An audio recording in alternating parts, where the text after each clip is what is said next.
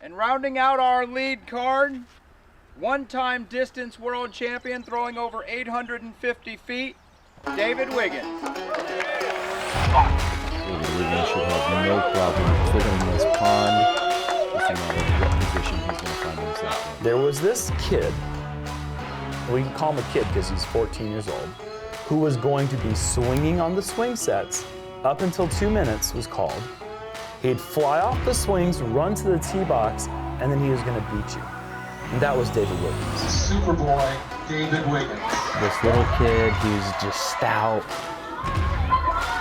I mean, he grew up with basically every single distance record that you could possibly have. He is a power machine. You know, his game impresses me all the way across the board. You know, he's a really natural putter. Obviously, he can throw a country mile unbelievably far. Just an insane talent. David Wiggins here. He filters through everything. He was just built to throw a disc.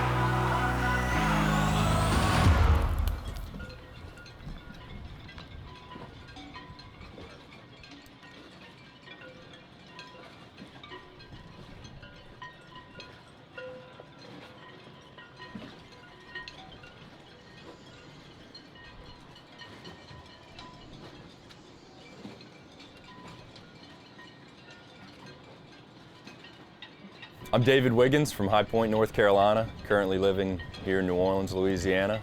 I'm the current world record distance holder at 1,108 feet, and we're on a boat. Boats and the water have always been a big part of my life ever since I was a little kid. It was always disc golf and fishing, or disc golf and going on the boat.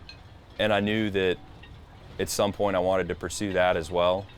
My mom wanted me to go to college because at the time, you know, disc golfers were living from tournament to tournament. I decided if I was going to go to college, I'd want to go for something that I really wouldn't mind doing if I had to for the rest of my life, which was boat and ship design and engineering. So that's what I ended up doing. Did that sound go away? I think it did. I had a couple choices for school. It was here, Michigan, or New York, and I really like the outdoors and being able to be outside most of the year, so sweet. New Orleans was a good choice. I enjoy it down here and still down here to this day. Give us a little shove off of that one.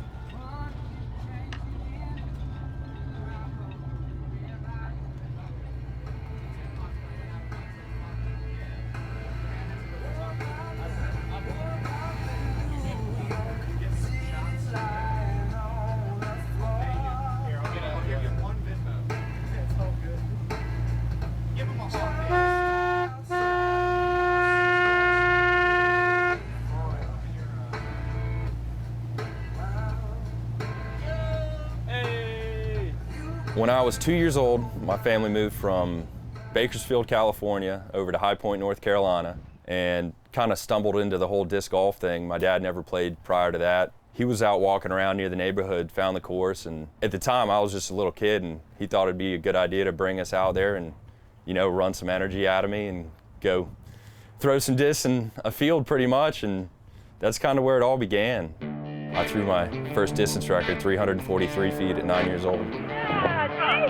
10 years old, I threw it 399 feet with the champion wraith. 11 years old, I threw it 484 feet. March 14th, and we're here trying to set a distance record for the 11 and under world record distance throw. And then I threw it 577 feet, 13, I think I threw it 735. That was my first year going to Big D in the desert. I was 16 when I set the overall world record at 836 feet. And then worked my butt off and got out there in the desert and set the current 1,108-foot world record. When that disc was coming out of the sky, the disc was white. It looked like a grain of salt just falling.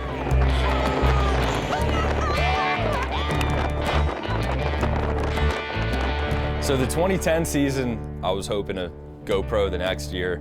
Wanted to get these big advanced wins under my belt, so I played Bowling Green, AM Nats, World Championships. Ended up winning them all. Played with Ricky Wysocki for the AM Nats.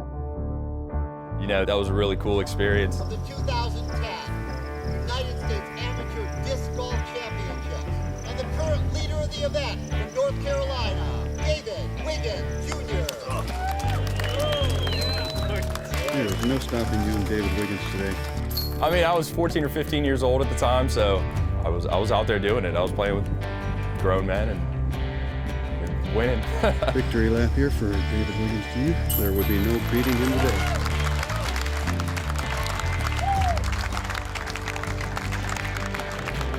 Yep, ready to go pro. Feel great, and no more AM tournaments. That's David Wiggins, 2010 AM World Champ. Congrats, Dave. It was a great experience and definitely helped me segue into playing professionally the year after that. His amateur days were so impressive that we kind of thought that David's abilities continued at that same rapid escalation, that he was just going to be 1045, 1050 in no time. I mean, at the time I was 100% focused on being the best disc golfer that I could be, and really that continued all the way until I ended up going to college.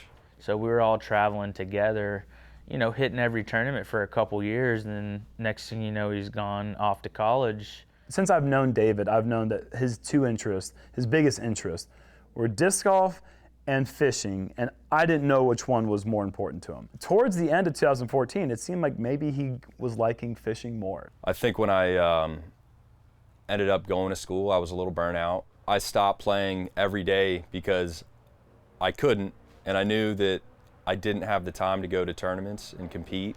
So that was somewhat discouraging for me because I really enjoyed doing that, and that was a big motivational factor of me, you know, being 100% in and focused on it. And I have a hard time, I guess, going halfway in on something. So if I couldn't do it all the way, then it was kind of frustrating to do it at all. David was one of those guys that he could have gone either way. You know, he had opportunities in disc golf and he had opportunities with school. And when he decided to choose school, I was really happy for him because I knew that that was what he really wanted to do. Since I graduated and I'm working, I have some time to go out and play, and it's nice. I'm enjoying it. All right, sorry for that long call. I've signed up for a couple tournaments this year, and I'm using that as motivation to go out and throw a couple discs around consistently and go out and, you know, try to knock some rust off and dust off some discs and try to see if I can get back to where I was at some point. Just stretching. Yeah. Throw a couple shots and then gradually throw harder. That's pretty much it. So coming up this weekend is the Pot of Gold here in New Orleans. It's the biggest tournament here every year. I'm excited to play it. I've played it a few years. I've actually won it once before. It's really the one tournament that I would play a year. I've played probably averaging 2-3 events the last few years, just local stuff down here, but the Pot of Gold's one that I definitely try not to miss. Don't really have any expectations since I haven't been playing a whole bunch, but looking forward to getting out there and competing. Oh, shit. Oh, man. I've competed at a very high level before, and going out there is completely unrealistic to expect to do that after playing so little the last 6 years or so.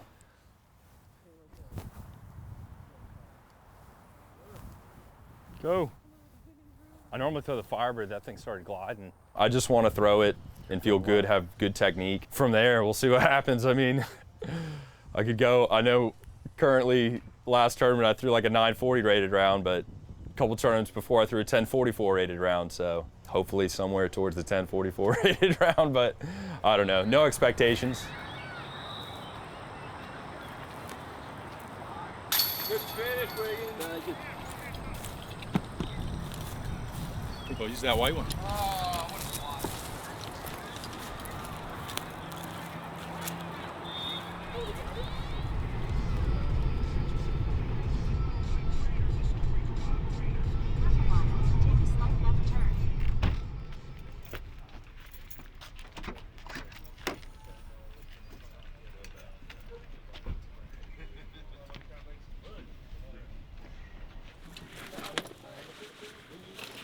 All right, let's go throw some shots.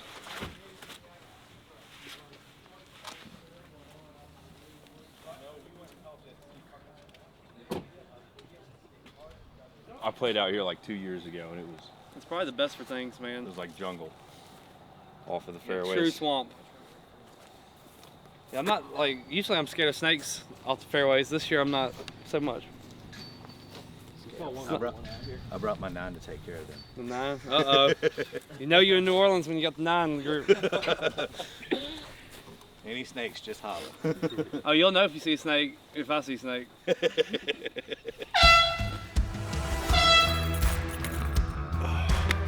Who was on top of the card? Anything? Hell yeah, good to do it, David. Good luck, fellas. What up, Scott?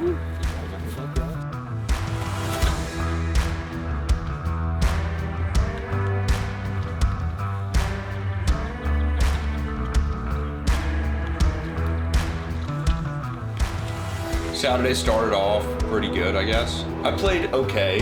I wouldn't say I played good or bad.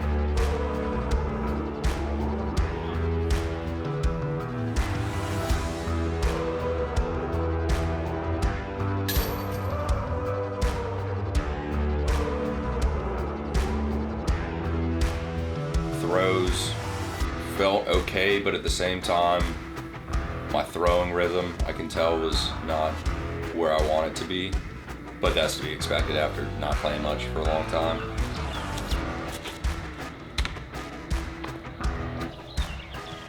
Especially when you get in a tournament environment, you know, you start noticing the little ticks and whatnot of your throw that you could improve.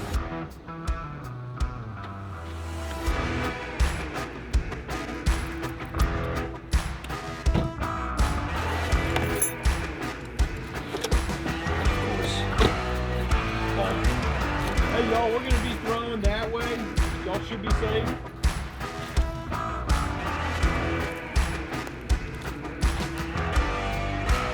Save that for tomorrow.